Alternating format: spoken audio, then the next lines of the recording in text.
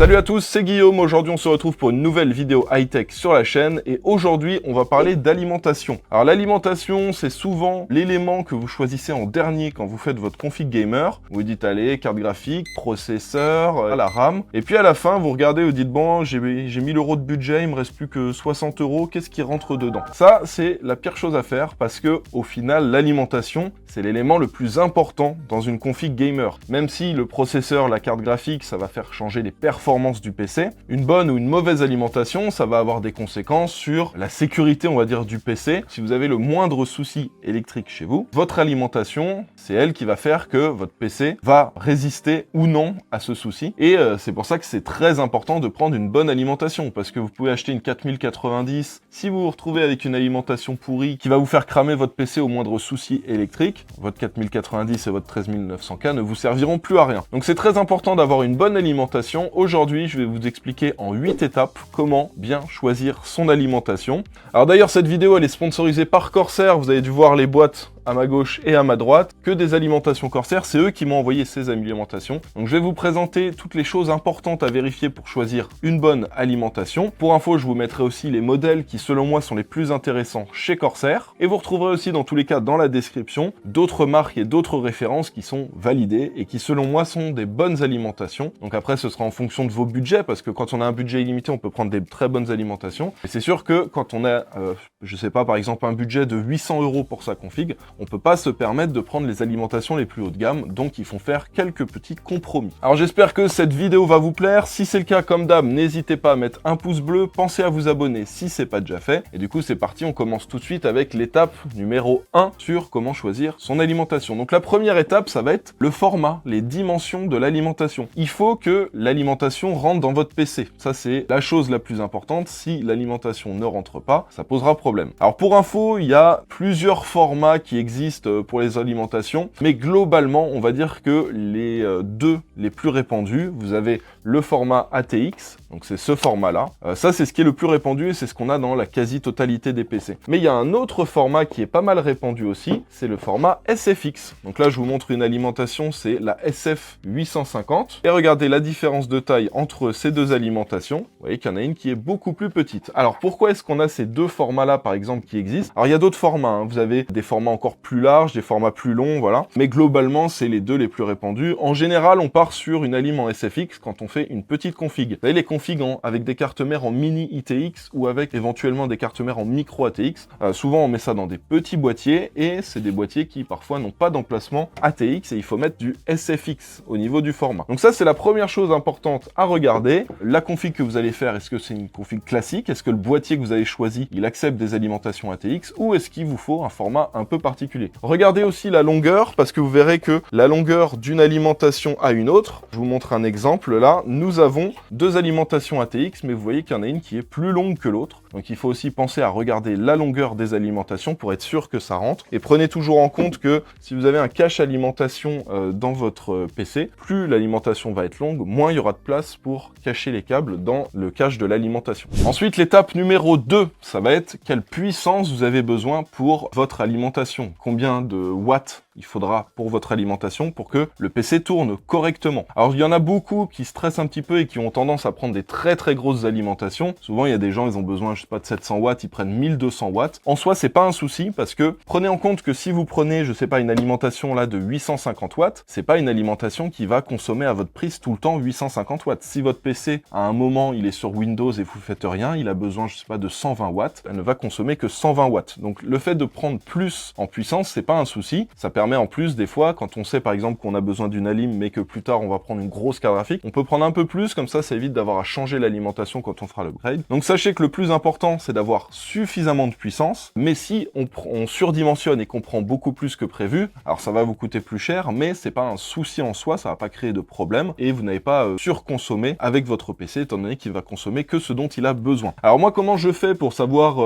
combien de watts il me faut pour mon PC? Ce qu'il faut savoir, c'est que qu'il va consommer le plus plus dans un PC, c'est le processeur et la carte graphique. Donc vous avez plusieurs méthodes. Vous pouvez aller sur Google, vous tapez PSU Calculator et vous avez plein de simulateurs où vous dites j'ai ça comme processeur, ça comme carte graphique, j'ai tant de ventilateurs, tant de SSD, etc. Et ils vous donnent une estimation. Alors souvent ils ont tendance à dire beaucoup plus que ce dont on a vraiment besoin, mais c'est pas pour rien, c'est parce que c'est mieux d'avoir une marge. Moi ce que je fais, c'est qu'en général je vais sur le site Tech Power Up et ils font tous les tests des processeurs des cartes graphiques. Moi ce que je fais, c'est je regarde quand ils font tourner des gros logiciels sur le processeur ou sur la carte graphique combien ça consomme. Si je vois qu'on est sur une carte graphique qui consomme 300 watts et que le processeur il consomme 200, ça fait 500 au total, bah je vais essayer de prendre une alimentation de 750, 800, 850 watts. Je vais essayer de prendre de la marge, parce que des fois on peut avoir des pics de consommation. Et aussi c'est toujours bien d'avoir un petit peu de marge pour éviter de faire tourner son alimentation à fond. Il y a quand même une chose qui est très importante à prendre en compte quand vous allez choisir votre alim. Alors en gros vous avez les détails qui sont affichés sur l'alimentation. Souvent vous avez une photo sur les sites qui vous le vendent, et vous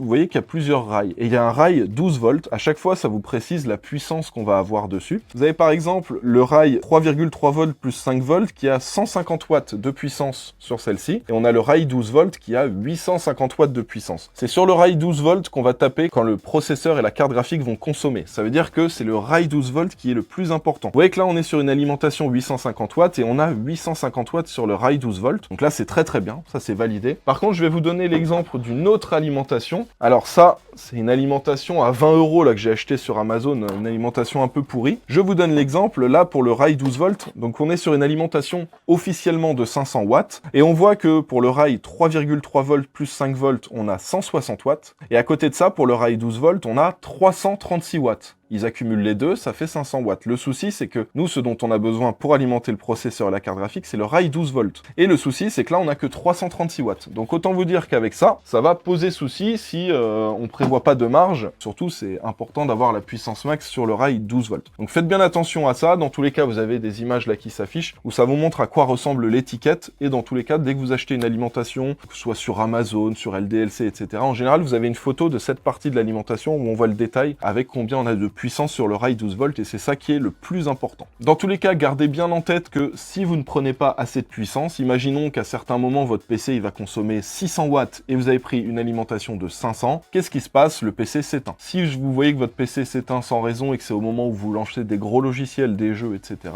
regardez un petit peu la consommation et renseignez-vous, ça se trouve c'est parce que vous avez pris une alimentation qui n'était pas assez puissante. Étape numéro 3, ça c'est un choix qui va dépendre un petit peu de votre budget, c'est est-ce que vous allez prendre une alimentation modulaire ou non modulaire. Donc qu'est-ce que c'est qu'une alimentation modulaire? C'est une alimentation comme celle-ci. Les câbles ne sont pas fixés. Ce qui veut dire que vous allez sortir votre alimentation de sa boîte et vous allez avoir les câbles à part. Ce qui veut dire que si vous avez besoin de seulement 2 câbles pour la carte graphique et 1 câble pour le processeur, vous n'avez branché que ce dont vous avez besoin. Les autres, vous pouvez les garder dans la boîte de l'alimentation, ce qui fait que vous aurez moins de câbles dans votre PC. Ce sera plus simple pour le cable management, ça évite d'avoir des câbles inutiles aussi dans la config et c'est toujours mieux. Donc ça, c'est une alimentation modulaire et en opposé à ça, vous avez donc une alimentation. Là, c'est la CV650 qui n'est pas modulaire et vous voyez que vous avez un tas de câbles. Alors l'avantage des alimentations non modulaires, c'est qu'elles sont moins chères. Donc si vous avez un petit budget par exemple, vous voulez vous faire une config à 600, 700, 800 €, moi ce que je vous recommande c'est de partir sur des alimentations non modulaires. C'est pas parce qu'elle est non modulaire que c'est une moins bonne alimentation. On a des alimentations non modulaires, donc avec les câbles directement branchés, qui sont meilleures que d'autres alimentations qui sont modulaires. Donc ça, c'est pas un critère de qualité, mais c'est surtout un critère qu'il va falloir prendre en compte et qui va faire varier le prix de votre alimentation. Si vous êtes sur un petit budget, moi je vous conseille en dessous des 800-900 € une alimentation non modulaire, ça vous permettra d'avoir une bonne alim. Bon, il y aura les câbles qui seront présents, mais au moins vous aurez quelque chose de correct. Et si vous avez un plus gros budget, là vous pouvez mettre un petit peu plus d'argent dans votre alim et partir sur quelque chose de modulaire, c'est quand même plus simple en termes de montage. Et dernière petite précision là, pour ceux qui ont une alimentation modulaire, si par exemple avant vous aviez, je sais pas là, vous venez de vous acheter une alimentation, une Corsair RM750 et vous aviez une alimentation d'une autre marque avant avec des câbles. Alors vous, là peut-être que vous vous dites tiens c'est cool, j'ai des câbles, je vais réutiliser les anciens câbles de ma config, comme ça j'ai pas besoin d'enlever tous les anciens câbles et de passer tous les nouveaux. Ça, très mauvaise idée. Déjà la plupart du temps ça va pas rentrer, mais même si ça rentre, sachez que c'est pas du tout une bonne idée de faire ça, vous risquez d'avoir des soucis sur votre alim, donc vraiment utilisez les câbles qui sont fournis dans la boîte de votre alimentation pour éviter d'avoir le moindre souci. Alors étape numéro 4, ça va être le choix de l'alimentation, si elle est semi-passive ou non. Donc une alimentation qui est semi-passive, c'est une alimentation quand elle ne chauffe pas, qui va avoir son ventilateur qui s'arrête de tourner. Donc l'avantage de ça, c'est que ça va faire moins de bruit dans la config, et ça évite d'avoir le ventilateur qui va tourner et s'user un petit peu, même si en général ça tient quand même très longtemps un ventilateur, mais ça permet d'éviter de le faire tourner pour rien si l'alimentation ne chauffe pas. Donc ça va aussi, en général, plus vous allez monter en gamme, plus vous avez de chances d'avoir une alimentation semi-passive, et prenez en compte que la principale chose que ça va changer, c'est que quand votre PC fait pas grand chose, du coup vous n'avez pas votre water cooling ou votre ventirad qui fait du bruit, vous n'avez pas votre carte graphique qui fait du bruit, du coup vous avez un parfait silence normalement, étant donné que tous les composants font très peu de bruit. Donc si en plus de ça vous avez une alimentation qui est semi-passive, donc ça va être une chose de plus qui vont contribuer au silence dans la pièce. C'est pas quelque chose qui est obligatoire, mais partez du principe que plus vous allez monter en gamme, plus vous avez de chances d'avoir une alimentation semi-passive. Donc en général vous avez un mode 0 dB, il précise ça sur les alimentations. Alors l'étape numéro 5, on va voir le rendement de l'alimentation. Donc quand vous achetez une alimentation, vous avez toujours une certification 80+, 80+ bronze, 80+ silver, 80+ gold. Vous avez aussi 80+ Platinum et 80+ Titanium. Alors à quoi ça correspond ces certifications? Ça va correspondre au rendement. Ça veut dire qu'en gros, là, si nous avons une alimentation de 750 watts et que notre PC a vraiment besoin de 750 watts, sachez que ce qui va être consommé à la prise, ça d'ailleurs vous pouvez le vérifier avec un wattmètre, c'est un élément qui vous donne à la prise combien on consomme, et vous n'allez pas voir 750 watts, vous allez peut-être voir 780, 800, 810. Et en fait ce qui va faire cette différence, ça va être le rendement. Donc quand une alimentation consomme de l'électricité, on a une perte qui en général se transmet en chaleur, et cette perte, ça va être cette différence, et ça va correspondre au rendement. Plus vous avez une bonne certification, moins il y aura de pertes, donc plus ça va être intéressant à la fois pour la facture d'électricité, parce que ça vous permet, avec une alimentation qui a un meilleur rendement, au lieu de, quand vous consommez 750 watts, de consommer 780, vous allez peut-être consommer 760 à la prise, donc suivant le rendement, ça va être intéressant. Et autre chose, toute cette consommation se perd et ça se transmet en chaleur dans le PC, ce qui fait que, en général, plus vous avez un bon rendement, moins vous avez tendance à avoir une alimentation qui chauffe. Donc ça, c'est plutôt positif. Je vous donne un petit exemple. Pour info, alors là, vous avez un petit tableau qui s'affiche, et en fonction du pourcentage d'utilisation de l'alimentation, vous allez avoir un rendement spécifique. Vous voyez, si vous avez une alimentation certifiée 80+, ça vous garantit que vous aurez toujours un rendement d'au moins 80%. C'est-à-dire que vous n'allez pas perdre plus que ça à la consommation à la prise. Donc je vais vous faire une petite simulation concrète pour que vous puissiez comprendre. Je vous afficherai les détails là à ce niveau-là pour que vous puissiez avoir vraiment les différences. Si jamais vous avez une alimentation 1000 watts, et que cette alimentation 1000 watts, à un moment T, vous êtes en train de consommer 500 watts avec votre PC. La carte graphique, le processeur, voilà, tous les éléments, ils ont besoin de 500 watts pour fonctionner sur cette alim 1000 watts. Et en fonction du rendement, à la prise, vous allez consommer plus ou moins. Donc si vous avez une alimentation 80+, donc ça c'est la moins bonne des certifications, vous allez consommer 625 watts à la prise. Voilà, vous avez les 20% qui se perdent. Si vous avez une alimentation 80+ bronze, ce sera 588 watts. Une alimentation 80+ silver, ce sera 562 watts à la prise. 80+ gold, ce sera 543 watts. Une 80+ platinum, ce sera 532 watts. Et une 80+ titanium, ce sera 521 watts. Donc vous voyez que une alimentation 2000 watts qui a besoin de 500 watts pour fonctionner, pour faire tourner la config, si c'est une 80+, elle va consommer 625 watts. Si c'est une 80+ titanium, elle va consommer 521 watts. Il y a plus de 100 watts de différence entre l'une et l'autre. Il y en a une, il va y avoir pour la 80+ titanium 21 watts de perte. Là où pour la 80+ classique, il va y avoir 125 watts de perte. Donc c'est une grosse différence. Ça va produire de la chaleur et surtout, ça va surconsommer à la prise. Donc plus vous avez un bon rendement, mieux ce sera au niveau de la consommation. Mais gardez aussi en tête que avec le prix de l'électricité actuellement, je sais qu'en Belgique, c'est un petit peu plus cher pour ceux qui nous regardent de Belgique, mais en France actuellement, l'électricité n'a pas encore trop augmenté. Plus vous allez monter en gamme, plus vous aurez besoin de puissance et plus vous allez avoir une bonne certification. Mais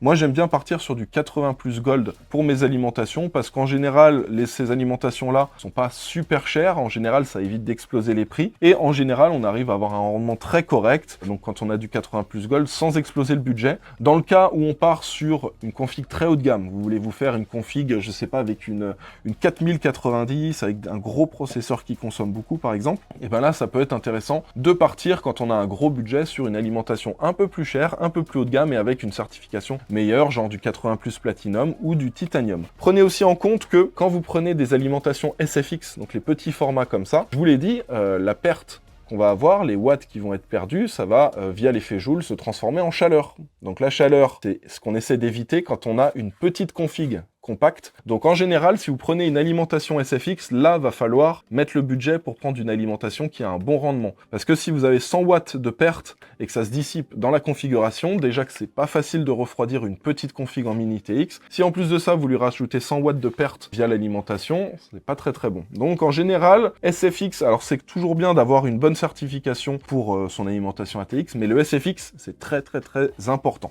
Alors ensuite, l'étape numéro 6, c'est aussi une étape ultra importante, ça va être les protections que vous avez au niveau de votre alimentation. Il y a tout un tas de protections. Je sais que la plupart des gens qui achètent une alim, ils se renseignent si globalement c'est une bonne alim ou pas, mais en fait ça fait pas tout. Le 80+ Gold, le fait qu'elle soit modulaire, etc., ça n'en fait pas forcément une bonne alimentation. Ce qui est important, c'est d'avoir les bonnes protections. Donc globalement, il y a deux normes qui existent. Vous avez l'ATX 2.0 et vous avez très récemment, là, l'ATX 3.0 qui est arrivé. Donc, vous avez des protections qui existent et il y a des protections que je vais vous recommander de vérifier que vous les avez sur votre alim. Et il y en a où je vais vous dire c'est obligatoire que vous ayez ça. Commençons déjà par 6 protections. Les 6 premières, ce sont le SCP et le OTP. Celle-ci, vous vérifiez dans la fiche technique de votre alimentation, il faut absolument avoir ces protections-là. Donc le SCP, c'est protection contre les courts-circuits, et le OTP, c'est la protection contre la surchauffe. Ça veut dire, s'il y a un court-circuit, il y a tout qui s'éteint, c'est la lime qui prend et vos composants survivent. Si vous avez une surchauffe, le PC s'éteint, ça s'arrête de chauffer. Voilà. Et ça, pour moi, c'est les deux protections les plus importantes. Si vous prenez une alim, genre une alim comme celle-ci par exemple, il y a de fortes chances que vous n'ayez pas ces protections-là, et moi je vous recommande fortement de ne pas acheter une alimentation qui n'a pas au moins ces deux protections. Idéalement, il y a 4 autres protections qui sont aussi très importantes. Si jamais vous avez la possibilité et que votre budget le permet, prenez des alimentations qui ont ces 4 protections. Les 4 protections, c'est OCP, protection contre la surintensité, OPP, quand ça consomme trop, l'alimentation s'éteint, donc ça aussi c'est important. Si vous voulez consommer 850 watts et que votre alim fait que 750, ça va s'éteindre. OVP, ça c'est contre les surtensions, et UVP contre les sous-tensions. Donc ça, c'est aussi 4 protections importantes. Ensuite, vous avez d'autres normes. Vous avez la norme PCI Express Gen 5 et l'ATX 3.0. Ça, c'est ce qu'on retrouve sur les alimentations les plus récentes, comme par exemple la RM 850E. Alors, qu'est-ce que c'est que la norme PCIe Gen 5? Ça veut dire qu'en gros, dans la boîte, vous avez un câble 12 VHP WR, ou alors au moins un adaptateur pour avoir du 12 VHP WR. Et à chaque fois, il vous précise la puissance max qui peut passer sur le câble. Donc par exemple là, celle-ci qui fait 850 watts, vous avez 300 watts qui peut passer sur le 12 VHP WR, donc à chaque fois il vous le précise sur le câble. Donc ça c'est la norme PCI Express Gen 5, mais le plus important ça va être l'ATX 3.0. Donc typiquement là parmi toutes ces alims, il n'y a que la RM850E qui est la plus récente de chez Corsair, parmi celles que vous voyez, qui a la norme ATX 3.0. Celle-là elle est très intéressante parce qu'elle elle a un bon rapport qualité-prix. Donc à partir du moment où vous prenez une config à plus de 1200 €, moi j'ai tendance à recommander celle-ci. Pour les configs entrée de gamme, j'aime bien la CV650. La RM750, 850, 650, elles sont pas mal pour du milieu de gamme. Pour du mini TX, celles-ci sont très très bien. Donc globalement, celles-ci pour les hauts de gamme, moi c'est des alimentations que j'aime bien, les modèles E. D'ailleurs, ils ont fait des modèles un petit peu différents, c'est les Shift, où vous avez, au lieu d'avoir tous les câbles à brancher à ce niveau-là, vous les avez sur le côté. Alors il faut prendre un boîtier qui est assez large, mais c'est pratique parce que ça permet d'ajouter et d'enlever des câbles. Si on en a oublié, c'est toujours pratique au moment du montage. Donc l'ATX 3.0, qu'est-ce que c'est? En fait, c'est une norme qui a été créée avec tout un tas de conditions. En gros, les alims, pour avoir cette norme ATX 3.0, elles doivent être capables de tenir un certain nombre de tests. Alors c'est des tests qui sont un peu fous. Quand on regarde sur le papier ce que c'est, c'était GQ qui s'était amusé à lire tout le protocole de l'ATX 3.0. C'est des normes un peu de psychopathe, parce que c'est des cas de figure dans lesquels une alimentation va très très très rarement se retrouver. Par exemple, il faut que une alimentation en ATX 3.0, elle puisse s'allumer et s'éteindre 175 200 fois en un an. Donc c'est énorme. Personne va allumer et éteindre son PC 175 000 fois dans une année, mais pour avoir l'ATX 3.0, il faut que cette alim tienne ça. Il y a les normes de consommation et de pic de puissance. Ça veut dire qu'en gros, votre alimentation va pouvoir surconsommer pendant un court laps de temps. Ensuite, elle va rester un peu tranquille, mais ensuite, elle va pouvoir reconsommer. Ça veut dire que si, par exemple, votre processeur, pendant un petit pic de 100 millisecondes ou de 10 millisecondes, il a besoin de